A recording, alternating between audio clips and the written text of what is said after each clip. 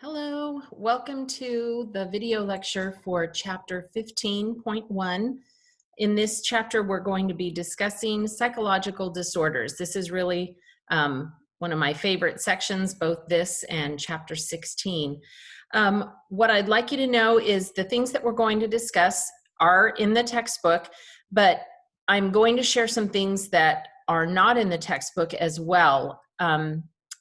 Most of chapter 15 discusses the different psychological disorders and their symptoms, their treatments, and you're going to be discussing those when you meet together in your final project groups and teaching each other about the psychological disorders you researched and wrote your essays on.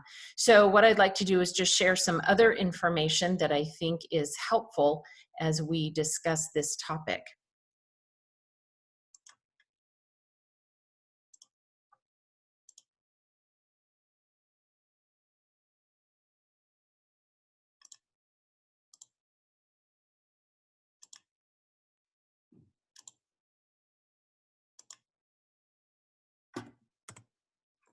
So to begin with a thought, this is a quote from Lemony Snicket. He wrote the series of unfortunate events, and he, in this one of the books, it reads, "Just because you don't understand it doesn't mean it isn't so." And the reason I chose this quote is because I feel like people who haven't experienced mental health illness or issue may not understand it. And because they don't understand it, then they feel like this isn't real.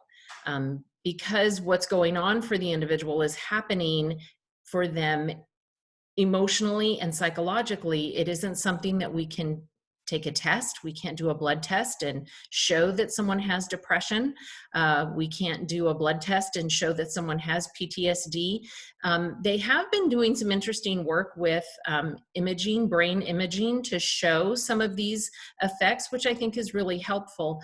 But again, we can't measure levels of neurotransmitters, but we do know that it is there is a biological component to all of these mental illnesses, but for those who have never experienced it, it can be difficult to understand, and so they may disregard these as being real. So just open your mind if you haven't dealt with it yourself or with a family member or friend, and take in this information and consider it. Let's quickly review what we talked about last week in chapter 14, a definition for stress. See what comes to your mind. So stress is that process where we take in different stressors and we appraise that and we decide, is this overwhelming or threatening to me, or is this something that I can manage and cope? And depending on the outcome of that appraisal, we either experience it as a daily occurrence, or eustress or distress, and then it will have a different effect on us. How about eustress? What are we talking about here? Right, this is the good stress. This is where we're getting ready for a performance or a game, or we're getting ready to do a presentation in front of a class. And so we feel that increased energy, maybe we feel some nervousness, but it actually heightens our awareness, heightens our energy level, and helps prepare us to perform at a better level. And then distress, this is that where stress exceeds that good level and actually starts to deplete our resources and our energy. And it can become, in excess, very debilitating, and chronically can become where we have chronic illness because of that kind of stress. All right, we also talked about two types of coping skills or coping styles: problem-focused and emotion-focused. Do you know the difference between the two? So problem-focused is where we aim to manage or change the problem that is causing us stress. And so we, again, evaluate the situation. Can this be solved? And if so, I'm going to apply some problem-focused coping. And then with emotion-focused, we're making that appraisal. This cannot be solved. So now I need to learn how to emotionally manage and cope. So I'm going to find a way to change or reduce the negative emotions. Sometimes those are unhealthy. We call them maladaptive.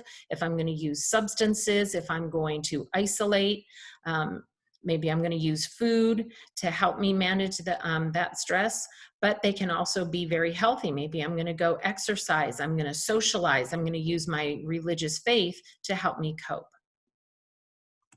I hope you found chapter 14 helpful. I know I really like learning about health psychology and ways that we can learn to cope and manage so that we can be healthier. So it's really a fascinating field. If you found that interesting, that might be a field to continue. You know, I don't know if you want a career in that field, but definitely health psychology is a way to learn a little bit more about ourselves and how we can cope and manage in a healthy way. For this chapter 15.1, here are the learning outcomes. We will define psychopathology and psychological disorder.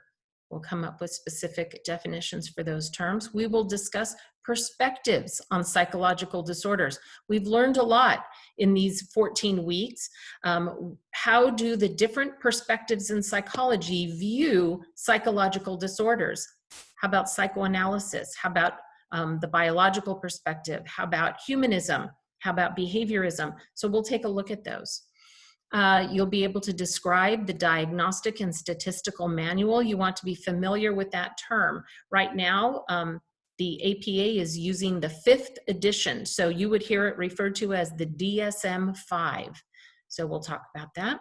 And then explain the diagnosis of a psychological disorder. How does a therapist, a psychologist, or a psychiatrist diagnose a mental illness? We'll look at that process. So, how disabling are the following illnesses? I'll have you pause the video, so I'm going to move right on, but I want you to look at these illnesses. Respiratory illnesses like asthma, COPD, sorry. How about cancers? Musculoskeletal illnesses like people who have chronic back pain or RA, rheumatoid arthritis, people who have just any kind of muscular or skeletal pain. How about neuropsychiatric disorders? So this is anything neurological. These could be dementias, these could be Parkinson's disease, ALS, but also mental health disorders. And then cardiovascular illness, so stroke, heart disease, anything like that. So take a minute, pause the video, rate those from 1 to 5, and then decide how disabling, if you were diagnosed with those, number 1 would be the most disabling. It would really impact your ability to function and live day to day. 5 would be the least disabling. All right, pause it and do that. All right, so according to the National Institute of Health, NIH, in 2010, these were the top 10 most disabling diseases.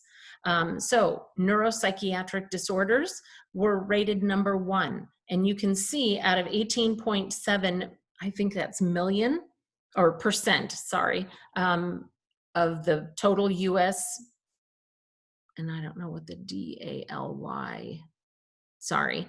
But the majority of those have to do with mental and behavioral disorders, and then 5% of that is neurological disorders. Then we go down to cardiovascular disease. Neoplasms are your cancers, just so you know that. Musculoskeletal disorders, so that's chronic pain, also RA, joint pain. 5 is your diabetes, blood disorders, endocrine disease, and then 6 was your respiratory diseases. All right, so just to put into perspective how debilitating and disabling a mental illness is. All right. Some facts: disease burden, the combined effects of premature death and years lived with disability caused by illness. So that's really what the NIH was looking for.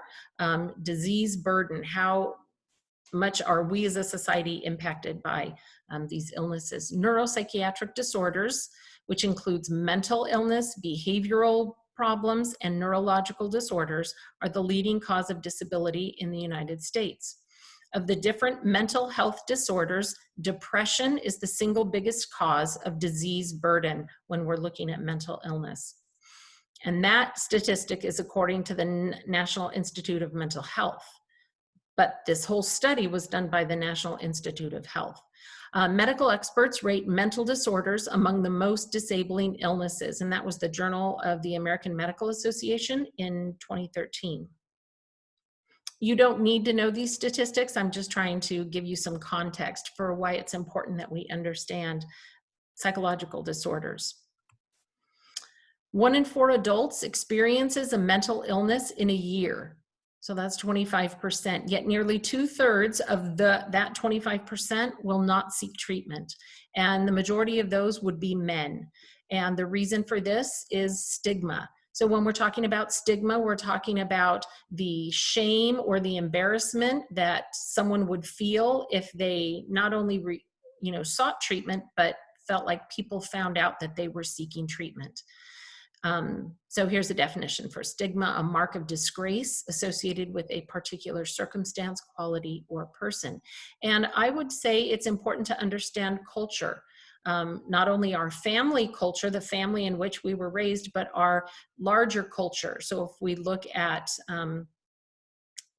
race or culture, how open is that culture to receiving help for mental illness?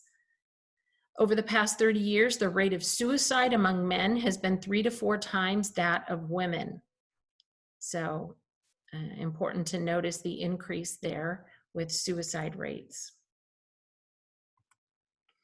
Some facts: men are less likely to seek help, more likely to isolate, not let people in on the problems or the issues that they're dealing with, more likely to misuse alcohol and drugs. So that right there would be that maladaptive coping skills. So I'm feeling depressed, so I'm going to use some substances. I'm feeling anxious, I'm going to use substances.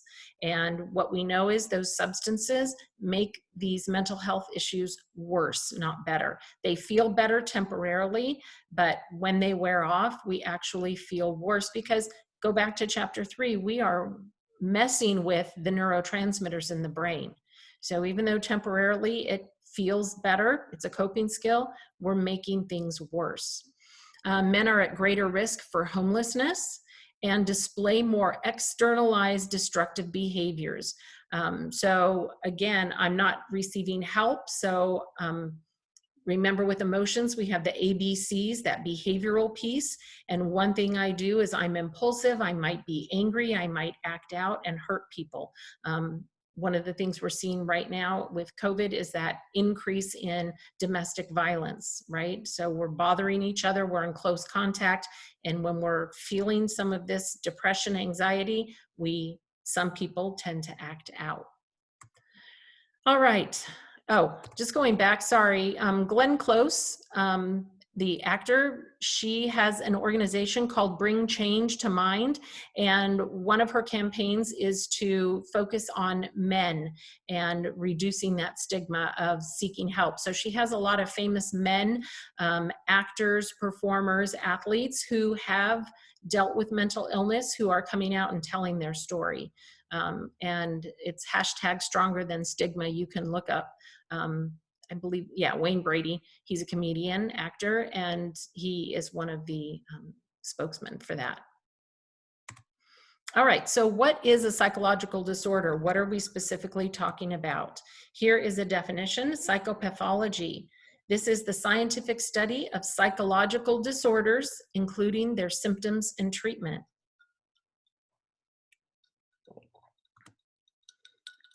And since we are doing the psychological study of psychological disorders, the scientific study of psychological disorders, what is a psychological disorder? It is defined as abnormal thoughts, feelings, and behaviors. It reflects a level of dysfunction leading to significant distress in one's life. So there's a couple things here you have to kind of take apart. Abnormal thoughts. Well, what is abnormal? So what's abnormal for one person may not be abnormal for another person. So you have to think, is this a departure for, if you're talking about a person that you know, they're normally very positive, very happy, very upbeat, and now they're talking about very dark things. They're talking about isolating, they're talking about, thoughts of death. So is that abnormal for that person? And if it is, then we want to be tuned into that and be looking at what might be going on. This next part is, do these behaviors reflect a level of dysfunction leading to significant distress in one's life? So is this person dark and talking about, dark things and lack of energy and things like that, but they're still functioning in all areas of their life. They have good supportive relationships. They're going to work and school. They're engaging in all of their recreation activities and hobbies. So if it's not leading to any distress in any area of their life, would it be characterized as a psychological disorder? Probably not. So again, it takes meeting with a professional to go through some of the things that we'll talk about. How do they identify what is abnormal or normal, and how much dysfunction is this causing? So we're looking at a pattern of behavioral or psychological symptoms that must represent a serious departure from the prevailing social and cultural norms. So again, there's that cultural piece.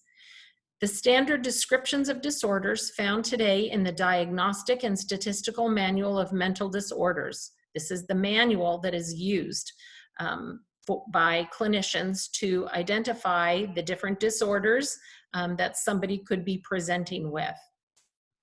And again, I mentioned they're on the 5th edition, and it is published by the American Psychiatric Association. If you need this information, feel free to pause and copy that down. So what I'd like to do is go through a few terms to help you understand what we're talking about, understanding mental health. So if we're talking about somebody who is completely healthy, well-balanced, functioning, no distress, we would be talking about mental health, all right? People are functioning, their behaviors, their thinking, their emotions are all in a good, healthy place. We can also experience mental distress, and we'll talk about what does that mean.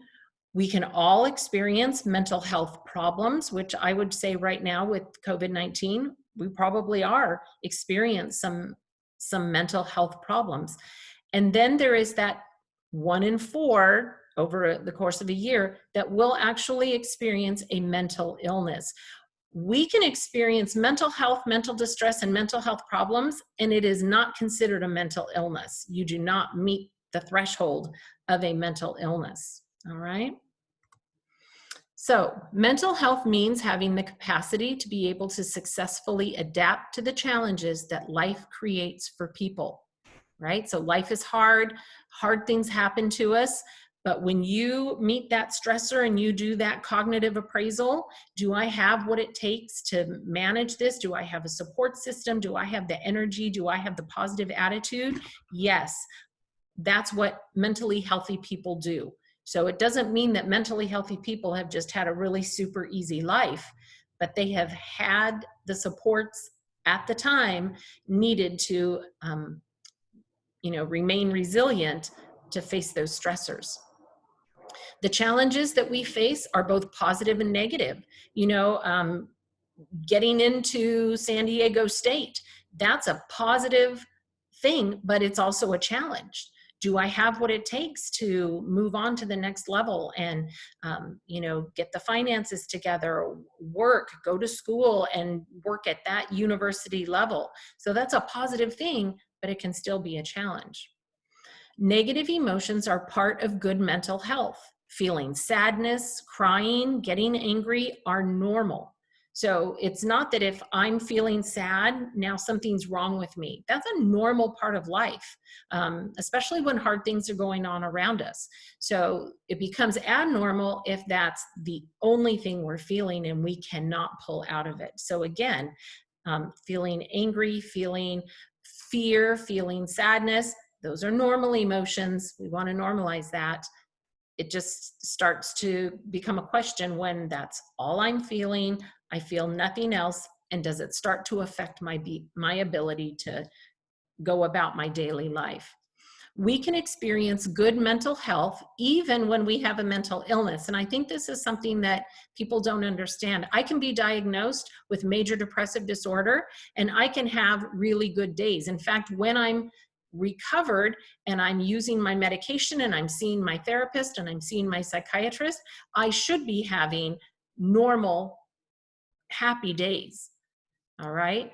And then it's possible that I can relapse and I can have a major depressive episode, and that's going to be a tough episode, and I need to work really hard to come out of it.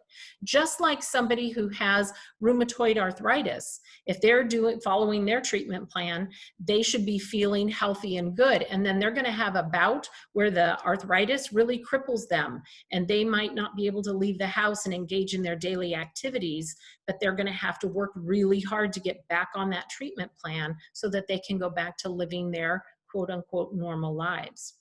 Mental health includes a healthy brain. So that's really important. And that's where using other substances can interfere with that mental health. Successful stress management leads to mental health. So that's why chapter 14 is so important. Learning how to use those coping skills, learning how to be healthy, to eat healthy, to exercise, to get sleep. I can't emphasize enough how much sleep is the biggest common denominator for mental health. So really important. So mental distress, this is that next box over, is our inner signal that something in our environment is demanding we adapt in response to a challenge. So when we start to feel some of that distress, things aren't feeling comfortable, that's an alarm. It's going off and it's telling us something's up and we're not feeling 100%, and it's time to pay attention and do something about it. So again, from chapter 14, we feel this stress response. We might feel a little bit anxious. We might feel increased energy. Maybe it's affecting our sleep. We're waking up in the middle of the night. We're not feeling like eating, or we're overeating. That's that signal. Stress response is made up of 4 domains. We have emotions or feelings, cognitions or thinking, we have our behaviors, and then we're going to add in these physical symptoms. Like for me, I feel my heartbeat, and I hate that sensation, but I can feel a rapid heartbeat. Maybe you get a stomach ache. Maybe I get headaches.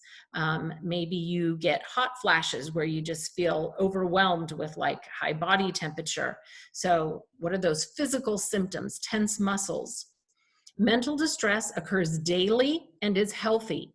So this is our alarm system. It's telling us you need to address this stressor, take care of it so that you can move on and, move on in life and deal with whatever it is. Maybe it's a test, and that's the reminder, ooh, I need to study and prepare. Maybe it's your job. Oh yeah, I need to take care of these tasks so that I can get back to my boss and I have a deadline for that. Maybe it's your family.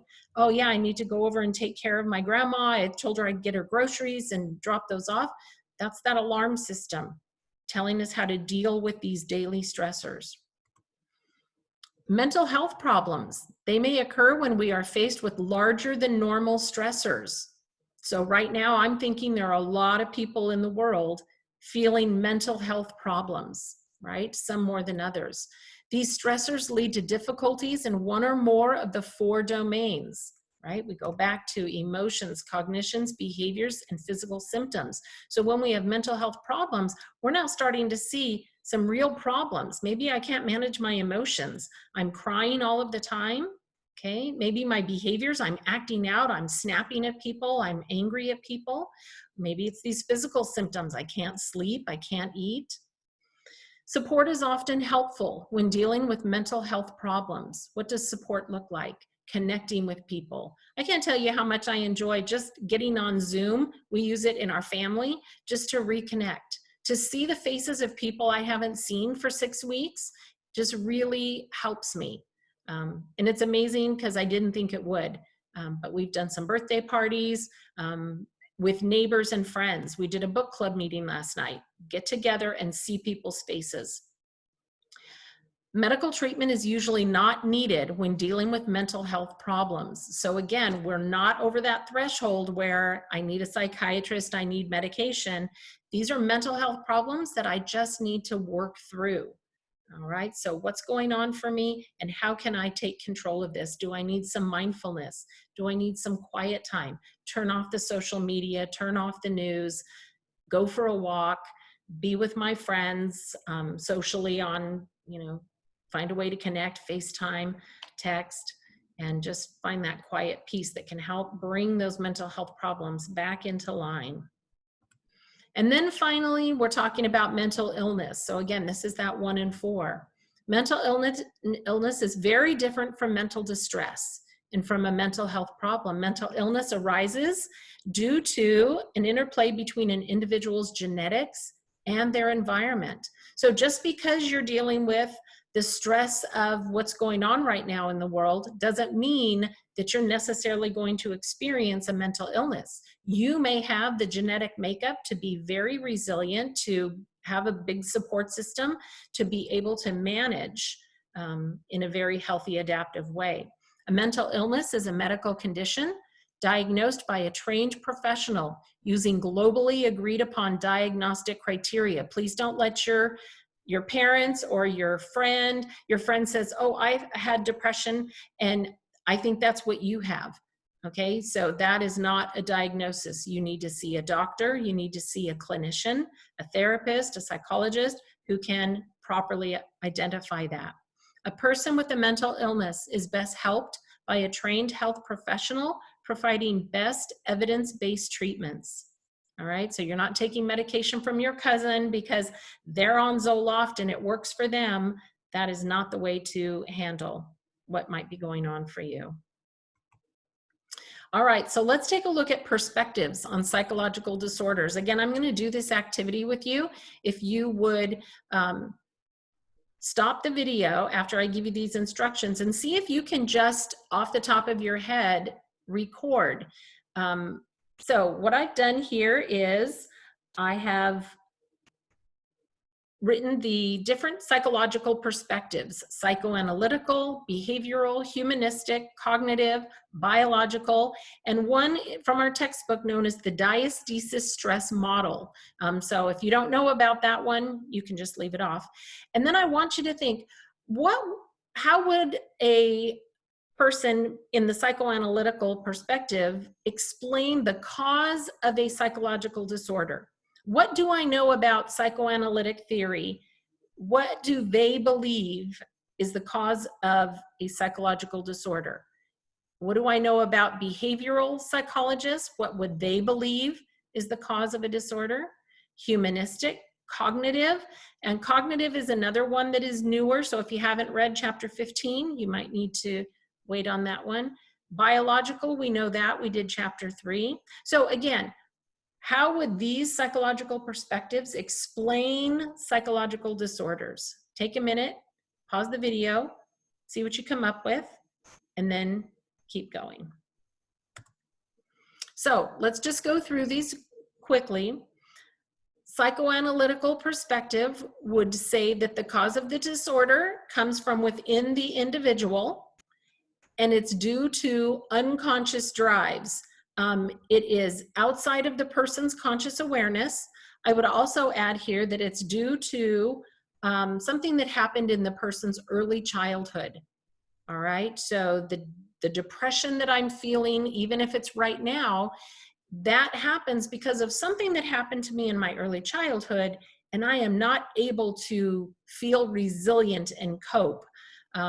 What I learned in my early childhood was to withdraw, that life is not safe, life is not okay. And so when things get tough, that's how I feel.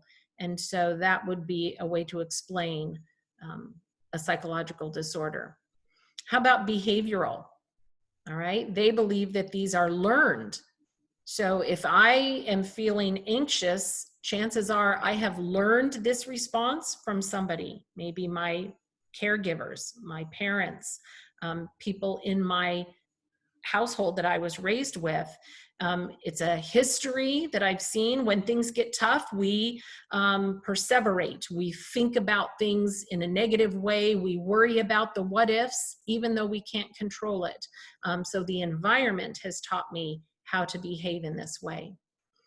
Humanistic, they might explain it that there was a failure for this individual to reach their highest potential.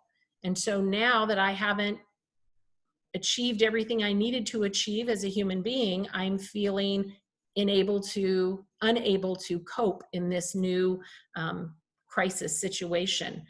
Maybe there was a lack of positive regard from other people. And because of that, I have this lack of self-esteem, this lack of ability to cope and manage. Cognitive, this is talking about how our thoughts drive our emotions and our behaviors. So people who are experiencing a psychological disorder, they would have irrational or dysfunctional thinking. So right now, rather than thinking, you know what, we're going to get through this.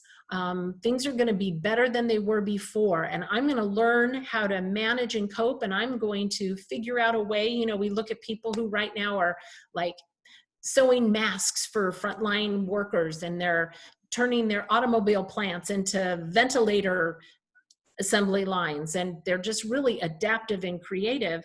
Or am I the glass half empty and this is the end of the world and none of us are going to survive and this is going to be the worst thing that's ever happened to mankind? That's that cognitive piece. Negative thinking is really leading to how I'm experiencing this psychological disorder. The biological perspective has to do with genetics, right? I have a chemical imbalance. I have brain abnormalities. It is genetically ingrained in me that I'm going to feel anxiety or depression. The diastasis stress model says it is an interaction between both my genetics, so we'll go with the biological model, and my environment, so maybe some of that learned behavior. So take a look at these different perspectives. It's really interesting to think about, how do I explain mental illness? What do I think is going on? And if I have a mental illness or have a family member or a friend, what do I think is going on for this person? All right. Just a quick look at the DSM-5. This is a page from major depressive disorder. So this is a list of the symptoms. So if I'm a clinician, I have a client who's come in, they're going to be talking. I might say, you know, tell me what brings you in. They're going to be talking about what's going on in their life. You know, they're going to be saying, oh, I've just been feeling really a lack of energy. I have no desire to do anything. You know, I haven't been sleeping. I haven't been eating. You know, I've had a really hard time focusing. I can't do any of my work. My friends are, you know, on FaceTime all the time, and I don't even want to hang out with them. So as someone's telling their story, I'm mentally going through this checklist. If you read section A, I know that for major depressive disorder, to receive that diagnosis, somebody needs to have at least 5 of these symptoms, and that these symptoms need to have been present for at least 2 weeks consecutively. So as they're telling me their story, I'm like, oh, they can't sleep, they can't eat, they can't focus, they're isolating. They, you know, have stopped doing, oh, I used to go to the gym and now I don't do anything. I used to play the guitar, I don't do anything. So now they have a lack of pleasure in doing things. So I've counted 5 things, and I'm going to say to them, how long has this been going on for you? Oh, it's been, gosh, like 6 weeks. So now I've got my timeline right there in my head. I've already figured out, okay, we're looking at major depressive disorder. Now the question is, how severe is this? Are they able to still go to school? Are they able to do their work? If they tell me, no, I haven't been able to work for the last 6 weeks, all right, now we're looking at dysfunction in one domain of their life. And then how severe? Have you been thinking about taking your own life? Have you been thinking about suicide? Well, I've thought about it, but you know, I'm not going to do it. I love my family. I love my dog. I'm not going to do that. So I'm looking at, you know, how severe is this depression? The DSM describes more than 300 different psychological disorders. It's quite a large manual. So it lists the symptoms, it lists the criteria that needs to be met in order to receive the diagnosis, and then it receives instructions for the clinician of what a typical course of each mental disorder looks like. What would it look like in a child, an adolescent, an adult? What does it look like if it's mild, moderate, or severe? What are some of the typical things you would see in a person with this disorder? And as you know, it's been updated and we now have a DSM-5. So be familiar with Diagnostic and Statistical Manual, that it is used to diagnose a psychological disorder. Just some information on diagnosing a disorder. The individual would need to be assessed by a trained professional. This can be a medical doctor, can be a licensed therapist, a psychologist, a psychiatrist. They would be looking for not only the person's strengths, so what is going well for you right now, but also the signs, symptoms, timelines, the durations, frequencies, how often do you do this, the intensities and circumstances of their situation. Have they been to a psychiatrist before? We're going to look at their developmental history. Tell me about your family. What's going on in your family? Oh, my mom's had depression. My dad is bipolar. Okay, so now we see that genetic component. And then this bottom line is very important. The symptoms would cause dysfunction in one or more areas of the individual's life. When we're talking about the areas of their life, I like to call these areas their live, laugh, or love. So the live is their work or school. The laugh is their hobbies, the things they enjoy doing, and then love are their relationships. So it has to show dysfunction in one or more areas of their live, laugh, or love. All right, that wraps up our discussion, our first discussion for chapter 15, where we defined psychopathology and psychological disorder. We discussed the perspectives on psychological disorders. We looked at the Diagnostic and Statistical Manual, and I tried to explain briefly the diagnosis of a psychological disorder. I do hope that was helpful for you. So be sure to check out the lecture assignment that goes with this video, as well as the other resources that are in the chapter 15 module. Have a great week as you work on this module.